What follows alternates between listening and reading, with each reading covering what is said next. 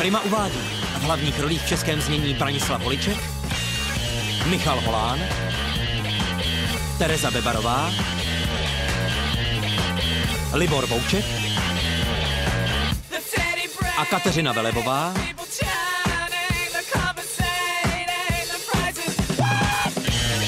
V seriálu Misfits z Metci.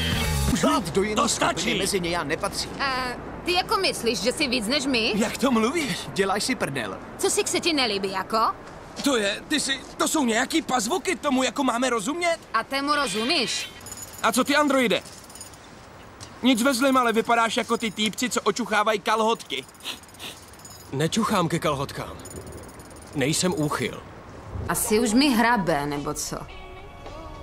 Mluvil na mě Kit a to je Pestivado. Jsem ganz mimo. Mluvím s váma. Něco se se mnou děje.